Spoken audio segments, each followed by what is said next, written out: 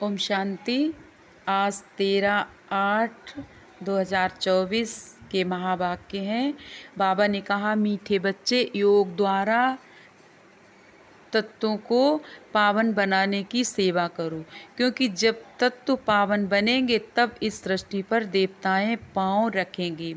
प्रश्न है, तुम्हारी नई राजधानी में किसी भी प्रकार की अशांति नहीं हो सकती है, क्यों? उत्तर है, फर्स्ट नंबर, क्योंकि वह राजाई तुम्हें बाप द्वारा वर्षे में मिली हुई है। सेकंड है, वरदाता बाप ने तुम बच्चों को अभी ही वरदान अर्थात वर्षा दे दिया है, जिस कारण वहाँ अशांति हो नहीं सकती।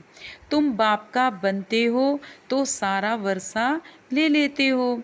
ओम शांति।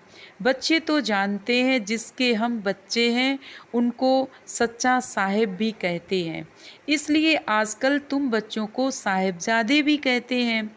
सच के ऊपर भी एक पौड़ी है, सच खाना, सच पहनना। भल ये मनुष्यों की बनाई हुई है, परंतु ये बाप बैठ समझाते हैं। बच्चे जानते हैं ऊंचे से ऊंचा बाप ही है, जिसकी बहुत महिमा है, जिसको रचयिता भी कहते हैं। पहले पहले है बच्चों की रचना। बाप के बच्चे हैं ना, सब आत्माएं बाप के साथ रहती हैं, उनको कहा जाता है बाप का घर, स्वीट होम।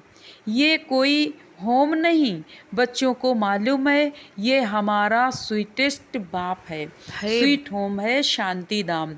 फिर सतयुग भी स्वीट होम है, क्योंकि वहाँ हर घर में शांति रहती है।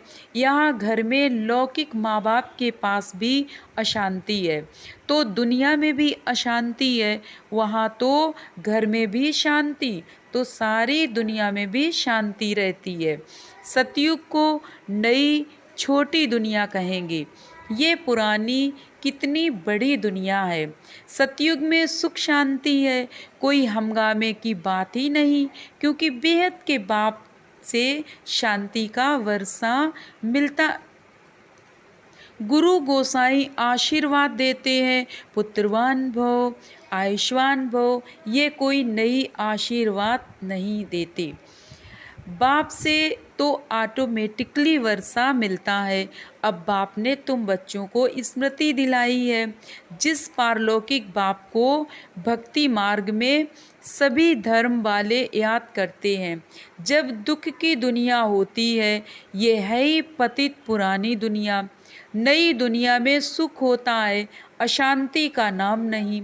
अभी तुम बच्चों को तो पवित्र गुणवान बनना है, नहीं तो बहुत सजाएं खानी पड़ेंगी। बाप के साथ साथ धर्मराज भी है, हिसाब किताब चुकतू कराने वाला ट्रिब्यूनल बैठती है। पापों की सजाएं तो ज़रूर मिलनी है, तो जो अच्छी रीति मेहनत करते हैं वह थोड़े ही सजाएं खाएंगे। पाप की सजा मिलती है, जिसको कर्म भोग कहा जाता है। ये तो रावण का पराया राज्य है, इसमें अपार दुख है। राम राज्य में अपार सुख होते हैं। तुम समझाते हो बहुतों को, फिर कोई झट समझ जाते हैं और कोई देर से समझते हैं। कम समझते हैं तो समझो इसने भक्ति देरी से की है। जिसने शुरू से भक्ति की है वह ज्ञान को भी जल्दी समझ लेंगे, क्योंकि उनको आगे नंबर में जाना है। तुम जानते हो हम आत्माएं स्वीट होम से यहाँ आई हैं। साइलेंस मूवी टॉकी है ना, बच्चे ध्यान में जाते तो हैं, सुनाते हैं कि वहाँ मूवी चलती है। उनका कोई ज्ञान मार्ग से तल्लुक नहीं। मुख्य बात है अपने को आत्मा समझ बाप को याद करो, बस और कोई बात नहीं। बाप निराकार, बच्चे भी यानी आत्मा भी इस शरीर से निराकार है, और कोई बात ही नहीं उठती। आत्मा का प्यार तो एक परम पिता परमात्मा के साथ है। शरीर तो सब पतित हैं, तो पतित शरीर से प्यार हो ना सके। आत्मा भल पावन बन जाती है, परंतु शरीर तो पतित है। पतित दुनिया में शरीर पावन बनता ही नहीं। आत्मा को तो पावन यहाँ बनना है, तब इन पुराने शरीरों का विनाश होगा। आत्मा तो अविनाशी है। आत्मा का काम है बेहद के बाप को याद कर पावन बनना। आत्मा पवित्र है तो शरीर भी पवित्र चाहिए। ये मिलेगा नई दुनिया में। आत्मा भल पावन बन जाए। आत्मा को एक परमपिता परमात्मा के साथ ही योग लगाना है। बस इस पतित शरीर को तो टच भी नहीं करना है। ये आत्माओं से बाप करते हैं। समझने की बातें हैं ना। सतयुग से लेकर कलयुग तक शरीरों के साथ लटके हो। भल वहाँ आत्मा और शरीर दोनों पवित्र हैं। वहाँ विकार में जाते नहीं, जिससे शरीर या आत्मा विकारी बने। बल्वाचारी भी होते हैं, टच करने नहीं देते। तुम जानते हो उन्हों की आत्मा कोई निर्विकारी पवित्र नहीं होती। वह एक बल्वाचारी पंथ है जो अपने को ऊंच कुल वाले समझते हैं। शरीर को भी टच करने नहीं देते हैं। ये नहीं समझते हैं कि हैं। शरीर तो भ्रष्टाचार से पैदा हुआ है। से ये बातें बाप आकर समझाते हैं। आत्मा पावन बनती जाती है तो फिर शरीर भी बदली करना पड़े। पावन शरीर तो तब बने जब 5 तत्व भी पावन बन जाए। सतयुग में तत्व भी पवित्र होते हैं, तब शरीर भी पवित्र बनते हैं। देवताएं पतित शरीर में पतित धरनी पर पैर नहीं रखते हैं। उनकी आत्मा और शरीर दोनों पवित्र पावन होते हैं, इसलिए वे सतयुग में ही पैर धरते हैं। ये है पतित दुनिया। आत्मा पारलौकिक बाप परमात्मा को याद करती है। एक है शारीरिक बाप, एक है अशरीरी बाप। अशरीरी बाप को याद करते हैं क्योंकि उनसे ऐसा सुख का वर्षा जरूर मिला है, तो याद करने बिगर रह नहीं सकते। भल इस समय तमो प्रधान बने हैं तो भी उस बाप को जरूर याद करते हैं, परंतु ये फिर उल्टी शिक्षा मिलती है कि ईश्वर सर्वव्यापी है। फिर इस बात में भी मूंझ पड़ते हैं कि मनुष्य मनुष्य ही बनता है। ये सब भूलें बाप आकर समझाते हैं।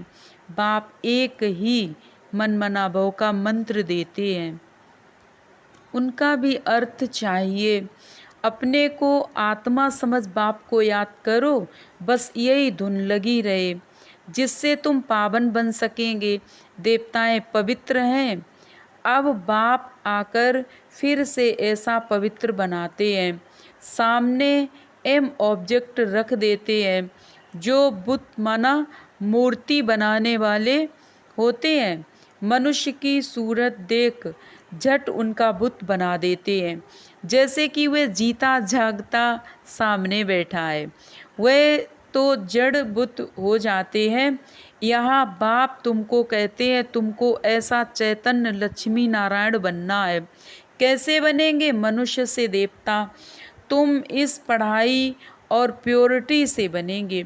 ये स्कूल है ही मनुष्य से देवता बनने का। वह जो बुत आदि बनाते हैं उनको आर्ट कहा जाता है। हूबहू वही शक्ल आदि बनाते हैं, इसमें हूबहू की तो बात ही नहीं। ये तो जड़ चित्र है, वहाँ तो तुम नेचुरल चैतन्य बनेंगे ना। 5 तत्वों का चैतन्य शरीर होगा।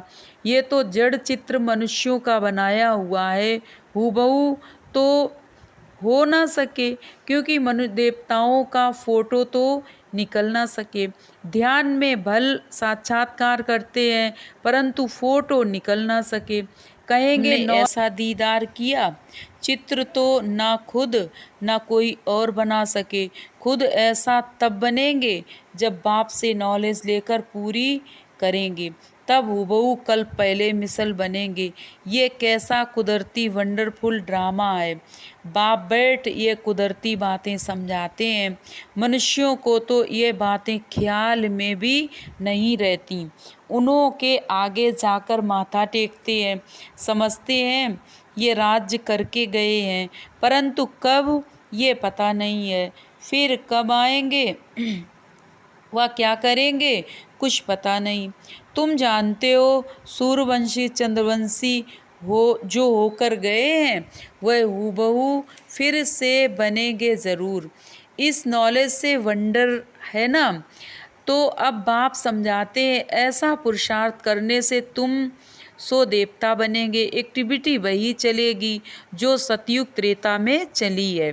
कितना वंडरफुल ज्ञान है ये बुद्धि में ठहरे भी तब जब दिल की सफाई हो। सबकी बुद्धि में ये बातें ठहर ना सके। मेहनत चाहिए, मेहनत बिगर कोई फल थोड़ी मिल सकता है। बाप तो पुरुषार्थ कराते रहते हैं, भल ड्रामा अनुसार ही होता है, परंतु पुरुषार्थ तो करना होता है।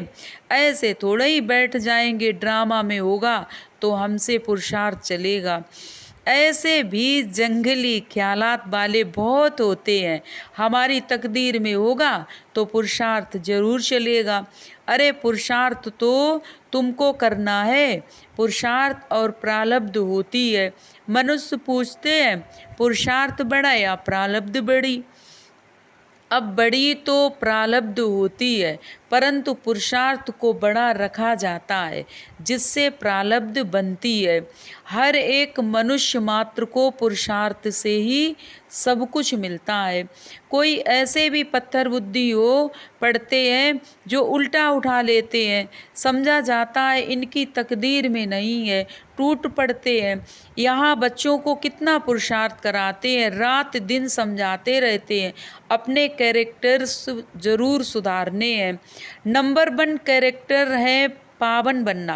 देवता तो है ही पावन, फिर जब गिर पड़ते हैं कैरेक्टर्स बिगड़ते हैं तो एकदम पतित बन जाते हैं। अभी तुम जानते हो हमारा तो A1 कैरेक्टर था, फिर एकदम गिर पड़े। सारा मदार है पवित्रता पर। इसमें ही बहुत डिफ़िकल्टी होती है। मनुष्य की आंखें बहुत धोखा देती हैं, क्योंकि रावण का राज्य है, वहाँ तो आंखें धोखा देती ही नहीं। ज्ञान का तीसरा नेत्र मिल जाता है, इसलिए रिलीजन इज माइट कहा जाता है। ऐसे भी सर्वशक्तिवान बाप ही आकर के ये देवी देवता धर्म स्थापन करते हैं। भल करती तो सब आत्मा है, परंतु मनुष्य के रूप में करेगी। वे बाप है ज्ञान का सागर। देवताओं से इनकी महिमा बिल्कुल अलग है। तो ऐसे बाप को क्यों नहीं याद करेंगे। उन्हों को ही नॉलेजफुल बीज रूप कहा जाता है। उनको सच्चित आनंद क्यों कहा जाता है। झाड़ का बीज है, उनको भी झाड़ का मालूम तो है ना, परंतु वह है जड़ बीज। उनमें आत्मा है, झाड़ का बीज है, उनको भी झाड़ का मालूम तो है ना। जैसे जड़ हैं, मनुष्य में चैतन्य आत्मा को ज्ञान का सागर भी कहा जाता। झाड़ छोटे से बड़े होते हैं तो जरूर आत्मा है, परंतु बोल नहीं सकती। परमात्मा की महिमा कितनी है। ज्ञान का सागर, ये महिमा आत्मा की नहीं, परम आत्मा माना परमात्मा की गाई जाती है। फिर उनको ईश्वर आदि कहते हैं। असल नाम है परम पिता परमात्मा। परम अर्थात सुप्रीम। महिमा भी बड़ी भारी करते हैं। अभी दिन प्रतिदिन महिमा भी कम होती है, क्योंकि पहले बुद्धि सतो थी, फिर रजो तमो बन जाती है। ये सब बातें बाप आकर समझाते हैं। मैं हर 5000 वर्ष बाद आकर पुरानी दुनिया को नई दुनिया बनाता हूँ। गायन भी है ना, सतयुग आदि है भी सत, होशी भी सत। कोई पौड़ी अच्छी बनाई हुई है, क्योंकि वह तो फिर भी इतने पतित नहीं है। पीछे आने वाले इतने पतित नहीं होते हैं। भारतवासी बहुत सतो प्रधान थे, वही फिर बहुत जन्मों के अंत में तमो प्रधान बने। और धर्म स्थापकों के लिए ऐसे नहीं कहेंगे। वह ना इतना सतो प्रधान बनते, ना इतना तमो प्रधान बनना है। ना बहुत सुख हो देखा है, ना बहुत दुख देखेंगे। सबसे जास्ती तमो प्रधान बुद्धि किसकी बनी। जो पहले पहले देवता थे, वही सब धर्मों से जास्ती गिरे। भल भारत की महिमा करते हैं क्योंकि बहुत पुराना है। विचार किया जाए तो इस समय भारत बहुत गिरा हुआ है। उत्थान और पतन भारत का ही है, अर्थात देवी देवताओं का है। ये बुद्धि से काम लेना है। हमने सुख भी बहुत देखे हैं जब सतो प्रधान थे, फिर दुख भी बहुत देखे हैं क्योंकि तमो प्रधान है। मुख्य है 4 धर्म: ब्रिटिज्म, इस्लामिज्म, बुद्धिज्म और क्रिश्चियनिज्म। बाकी इनसे वृद्धि होती गई। इन भारतवासियों को तो पता ही नहीं पड़ता है कि हम फिर किस धर्म के हैं। धर्म का मालूम ना होने कारण धर्म की छोड़ देते हैं। वास्तव में सबसे मुख्य धर्म है ये, परंतु अपने धर्म को भूल गए हैं। जो समझू सयाने हैं वह समझते हैं इन्हों का अपने धर्म में ईमान माना विश्वास नहीं है। नहीं तो भारत क्या था, अभी क्या बना है। बाप बैठ समझाते हैं, बच्चे तुम क्या थे, सारी हिस्ट्री बैठ समझाते हैं। तुम देवता थे, आधा कल्प राज्य किया, फिर आधा कल्प के बाद रावण राज्य में तुम धर्म भ्रष्ट कर्म भ्रष्ट बन गए। अभी फिर तुम दैवी संप्रदाय बन रहे हो। भगवान वास बाप कल्प कल्प तुम बच्चों को ही समझाकर ईश्वरीय संप्रदाय बनाते हैं। अच्छा, मीठे मीठे सिकील दे बच्चों प्रति माता पिता बाप दादा का याद प्यार और गुड मॉर्निंग। रूहानी बाप की रूहानी बच्चों को नमस्ते। हम रूहानी बच्चों की रूहानी माता पिता बाप दादा को याद प्यार नमस्ते, ओम शांति, गुड मॉर्निंग, शुक्रिया बाबा। धारणा का फर्स्ट पॉइंट है अपने दिल की सफाई से बाप के वंडरफुल ज्ञान को जीवन में धारण करना है। पुरुषार्थ से ऊंच प्रारब्ध बनानी है। ड्रामा कहकर ठहर नहीं जाना है। सेकेंड पॉइंट है रावण राज्य में क्रिमिनल आँखों के धोखे से बचने के लिए ज्ञान के तीसरे नेत्र से देखने का अभ्यास करना है। पवित्रता जो नंबर 1 कैरेक्टर है उसे ही धारण करना है। वरदान है आज का, ब्राह्मण जन्म की जन्म पत्री को जान, सदा खुशी में रहने वाले श्रेष्ठ भाग्यवान भव। ब्राह्मण जीवन नया जीवन है।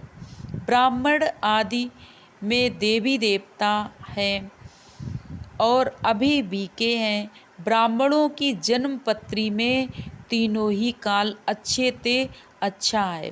जो हुआ वह भी अच्छा, और जो हो रहा है वो और अच्छा, और जो होने वाला है वह बहुत बहुत बहुत अच्छा। ब्राह्मण जीवन की जन्म पत्री सदा ही अच्छी है, गारंटी है। तो सदा इसी खुशी में रहो कि स्वयं भगवान विधाता बाप ने भाग्य की श्रेष्ठ रेखा खींच दी, अपना बना लिया। का स्लोगन है, एक रस स्थिति का अनुभव करना है तो एक बाप से सर्व संबंधों का रस लो। अच्छा, ओम शांति।